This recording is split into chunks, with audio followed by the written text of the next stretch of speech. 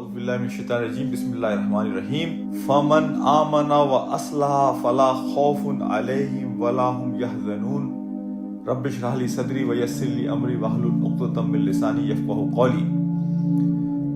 اللہ کے ولی جو ہوتے ہیں ان کی 3 خصوصیات ایک حدیث میں آئیں۔ پہلی خصوصیت تو ان کی یہ ہوتی ہے کہ جو لوگ ان کے حقوق کو پامال کرتے ہیں وہ اسے نظر انداز کرتے ہیں۔ They overlook the injustices of the transgressors. They show kindness to those who ill-treat them. وہ لوگ کہ جو انہیں belittle کرتے ہیں، یعنی ان کی توہین کرتے ہیں، ان کی تذلیل کرتے ہیں، انہیں نقصان پہنچاتے ہیں، وہ ان کی طرف ہمدردی اور کائنڈنس کا رویہ رکھتے ہیں، یعنی برائی کو اچھائی سے رسپانس کرتے ہیں۔ اور تیسری بڑی خصوصیت ان کی یہ ہوتی ہے کہ اللہ نے جو رزق انہیں دیا ہے اس رزق کی نعمت کو سمجھتے ہوئے وہ لوگوں سے ہمدردی کا اظہار کرتے ہیں اور سخاوت کا اظہار کرتے ہیں۔ یعنی پہلی چیز یہ ہوئی کہ وہ لوگ کہ جو ان کے حقوق کو پامال کرتے ہیں وہ اس پامالی کو نظر انداز کرتے ہیں، انہیں کوئی فکر نہیں ہوتی اس بات کی، اور وہ لوگ کہ جو انہیں ال ٹریٹ کرتے ہیں وہ اسے اچھی طرح ٹریٹ کرتے ہیں، ان کے ساتھ کائنڈنس شو کرتے ہیں، اور اللہ نے جو رزق دیا ہے اس کے ذریعے لوگوں کے ساتھ ہمدردی کا اظہار کرتے ہیں، سمپیتھی شو کرتے ہیں، اور لوگوں کے ساتھ سخاوت کا معاملہ کرتے ہیں۔ یہ ایک انسانی رویہ ہے کہ جو اللہ کے ولی لوگوں میں، یعنی انہیں دنیا کے نقصان کی، دنیا والوں کے نقصان کی کوئی فکر نہیں ہوتی۔ اور اس کی وجہ یہ ہے کہ جو میں نے آیت آپ کے سامنے پڑھی سورہ الانعام کی، یہ آیت نمبر 48 کا ایک چھوٹا سا حصہ ہے جس میں اللہ سبحانہ و تعالیٰ یہ بات فرماتے ہیں فَمَنْ آمَنَ وَأَصْلَحَ فَلَا خَوْفٌ عَلَيْهِمْ وَلَا هُمْ يَحْزَنُونَ۔ مولانا مودودی رحمۃ اللہ علیہ نے اس کی تفسیر یہ لکھی ہے کہ یہ وہ لوگ ہوتے ہیں کہ جو اللہ کو اپنا ولی بنا لیتے ہیں، تو دنیا میں ان کے ساتھ جو بھی معاملہ پیش آئے وہ انہیں غمزدہ نہیں کرتا، وہ انہیں پریشان نہیں کرتا،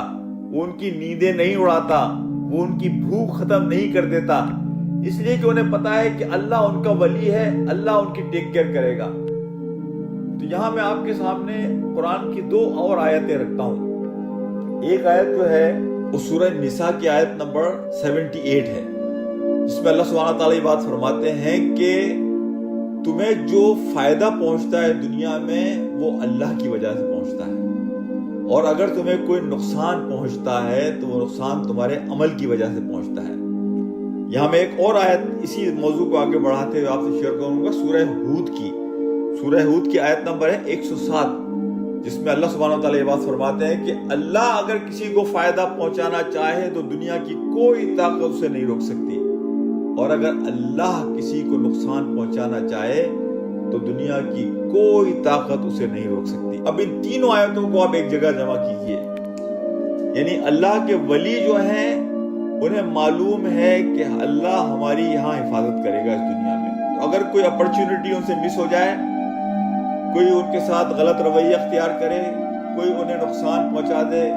کوئی انہیں بلٹل کر دے، انہیں اس بات کی فکر نہیں ہوتی، انہیں پتہ ہوتا ہے کہ یہاں اللہ نے ان کی تقدیر جس طرح سے لکھ دی ہے چیزیں اسی طرح سے انفولڈ ہوں گی۔ وہ اپنے معاملے کی فکر کرتے ہیں کہ ہم لوگوں کے ساتھ اچھا معاملہ کریں، تو دنیا میں انہیں کوئی غم نہیں ہوتا، کوئی پریشانی نہیں ہوتی، اور for hereafter they don't have any apprehensions اور concerns، اور آخرت کے حوالے سے بھی انہیں کوئی فکر نہیں ہے، کوئی پریشانی نہیں ہے، اس لیے کہ انہیں پتا ہے کہ اللہ ہی آخرت میں بھی ان کا ولی ہے کہ جو ان کی ٹیک کیئر کرے گا۔ تو اس کنسیپٹ کو اگر آدمی سمجھ جائے کہ اس دنیا میں اللہ ان کا ولی ہے اور آخرت میں بھی اللہ ان کا ولی ہوگا،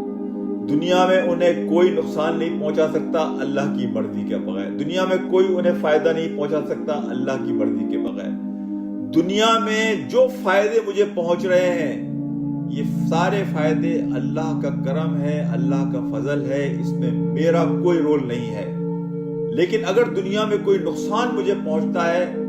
تو وہ میری اپنی غلطی، اپنی کوتاہی، اپنی کمزوری کی وجہ سے ہوتا ہے۔ اچھا، یہ لوگ کہ جو اس طرح اپنے مائنڈ سیٹ کو سیٹ کر لیتے ہیں تو دنیا میں اگر کوئی پریشانی آ بھی جائے ان کو تو ان کی نیندیں خراب نہیں ہوتی، ان کی بھوک خراب نہیں ہوتی، ان پر پینک اٹیک نہیں ہوتے، اس لیے کہ انہیں پتا ہے کہ دیکھیں تقدیر کی تعریف یہ ہے کہ انسان جب کوئی کام کرنے کے لیے نکلتا ہے تو وہ یہ سوچ کے نکلتا ہے کہ اس کام کے لیے اپنی تقدیر کو میں اپنے ہاتھ سے لکھوں گا۔ اسے معلوم نہیں ہے کہ اس کام کا انجام کیا ہونا ہے، لہذا جب وہ آغاز کرتا ہے، پہلا قدم اٹھاتا ہے، تو اس مائنڈ سیٹ کے ساتھ اٹھاتا ہے کہ اس چیز کو میں کر رہوں گا، حاصل کروں گا، اسے پائے تکمیل تک پہنچاؤں گا اور اپنی اس معاملے کی تقدیر میں اپنے ہاتھ سے لکھوں گا۔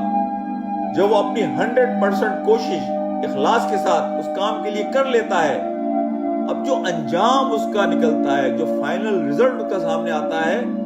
تو اس کے سامنے اپنے ہاتھ اٹھا لیتا ہے کہ یہ اللہ کی وہ تقدیر ہے کہ جو اس نے میرے لیے اس معاملے میں لکھی تھی، میں اس پر مطمئن ہوں۔ یعنی اپنا کام کیا یہ سوچ کر کہ تقدیر میں لکھوں گا،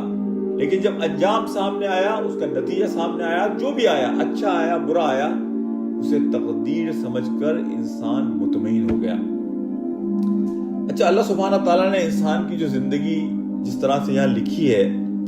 اللہ کے ولی جو ہوتے ہیں نا، وہ اپنے آپ کو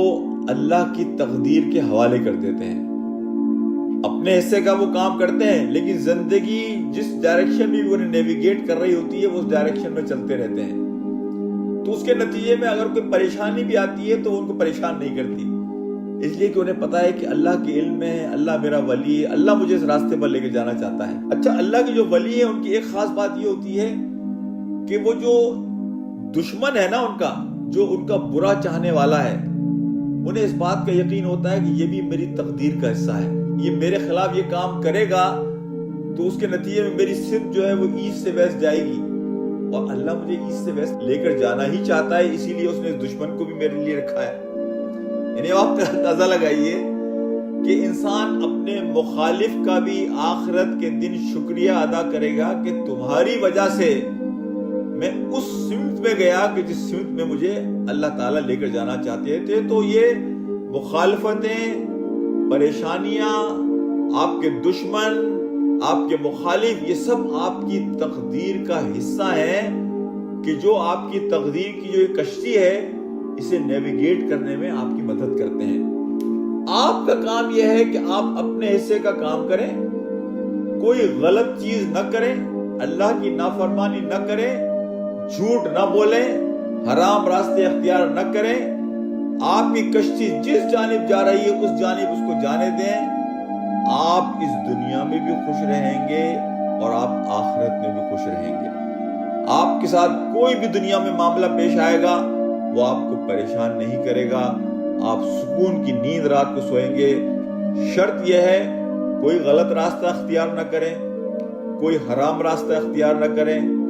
کسی کو نقصان نہ پہنچائیں، اپنی سمت کو اللہ کی رضا کی جانب رکھیں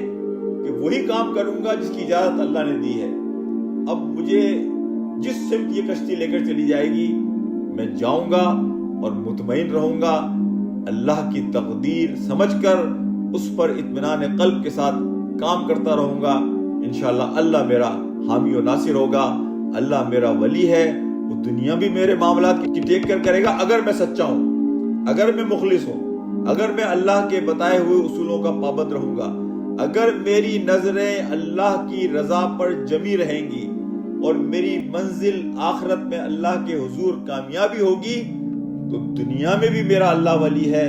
اور آخرت میں بھی میرا اللہ ولی ہے۔